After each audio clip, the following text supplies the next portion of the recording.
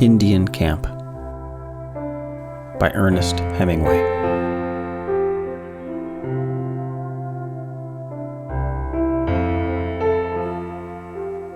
At the lake shore, there was another rowboat drawn up. The two Indians stood waiting. Nick and his father got in the stern of the boat, and the Indians shoved it off, and one of them got in to row. Uncle George sat in the stern of the camp rowboat. The young Indian shoved the camp boat off and got in to row Uncle George. The two boats started off in the dark. Nick heard the oarlocks of the other boat quite a way ahead of them in the mist. The Indians rowed with quick, choppy strokes.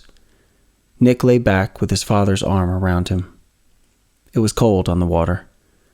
The Indian who was rowing them was working very hard, but the other boat moved further ahead in the mist all the time. "Where are we going, Dad?" Nick asked. "Over to the Indian camp. There is an Indian lady, very sick." "Oh," said Nick. Across the bay, they found the other boat beached. Uncle George was smoking a cigar in the dark. The young Indian pulled the boat way up the beach. Uncle George gave both the Indians cigars. They walked up from the beach through a meadow that was soaking wet with dew, following the young Indian who carried a lantern. Then they went into the woods and followed a trail that led to the logging road that ran back into the hills. It was much lighter on the logging road, as the timber was cut away on both sides. The young Indian stopped and blew out his lantern, and they all walked on along the road.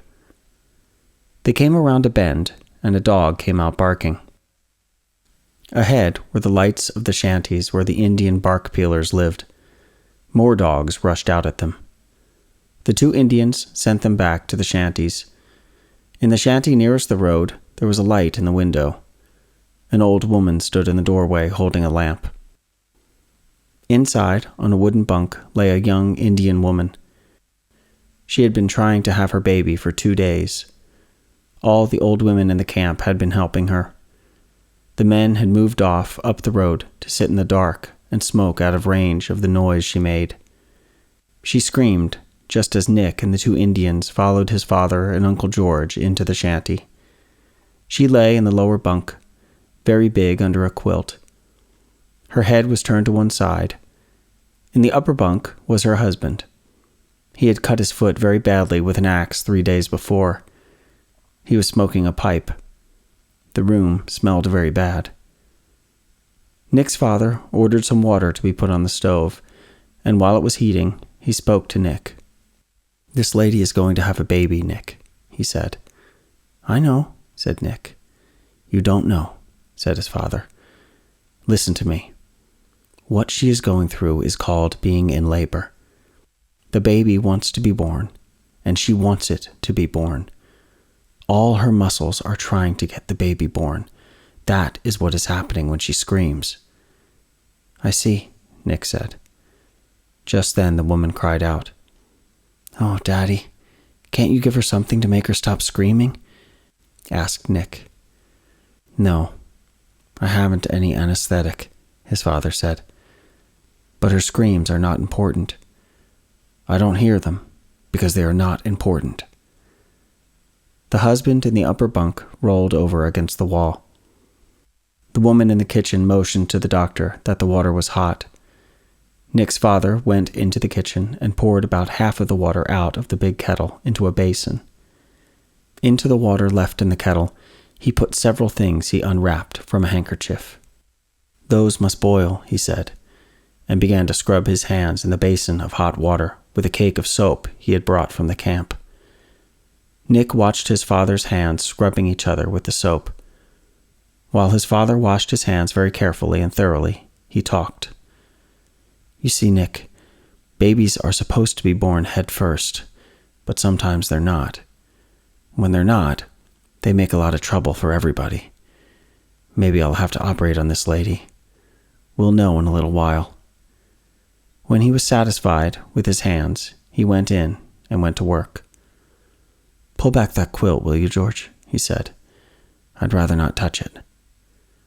Later, when he started to operate, Uncle George and 3 Indian men held the woman still. She bit Uncle George on the arm, and Uncle George said, "Damn squaw bitch!" And the young Indian who had rowed Uncle George over laughed at him. Nick held the basin for his father. It all took a long time. His father picked the baby up and slapped it to make it breathe, and handed it to the woman. "See, it's a boy, Nick," he said. "How do you like being an intern?" Nick said, "All right." He was looking away so as not to see what his father was doing. "There, that gets it," said his father, and put something into the basin. Nick didn't look at it. "Now," his father said, "there are some stitches to put in. You can watch this or not, Nick, just as you like. I'm going to sew up the incision I made." Nick did not watch. His curiosity has been gone for a long time. His father finished and stood up. Uncle George and the 3 Indian men stood up. Nick put the basin out in the kitchen. Uncle George looked at his arm. The young Indian smiled reminiscently. "I'll put some peroxide on that, George," the doctor said. He bent over the Indian woman. She was quiet now, and her eyes were closed. She looked very pale. She did not know what had become of the baby or anything. "I'll be back in the morning," the doctor said, standing up. "The nurse should be here from St. Ignace by noon, and she'll bring everything we need." He was feeling exalted and talkative, like football players in the dressing room after a game. "That's one for the medical journal, George," he said. "Doing a cesarean with a jackknife and sewing it up with 9-foot tapered gut leaders." Uncle George was standing against the wall, looking at his arm. "Oh, you're a great man, all right," he said. "Ought to have a look at the proud father. They're usually the worst sufferers in these little affairs," the doctor said. "I must say he took it all pretty quietly." He pulled back the blanket from the Indian's head. His hand came away wet. He mounted on the edge of the lower bunk with the lamp in one hand and looked in. The Indian lay with his face toward the wall. His throat had been cut from ear to ear. The blood had flowed down into a pool where his body sagged the bunk. His head rested on his left arm. The open razor lay edge up in the blankets. "Take Nick out of the shanty, George," the doctor said. There was no need of that. Nick, standing in the door of the kitchen, had a good view of the upper bunk when his father, the lamp in one hand, tipped the Indian's head back. It was just beginning to be daylight when they walked along the logging road back toward the lake. "I'm terribly sorry I brought you along, Nicky," said his father, all his post-operative exhilaration gone. "It was an awful mess to put you through." "Do ladies always have such a hard time having babies?" Nick asked. "No, that was very, very exceptional." "Why did he kill himself, Daddy?"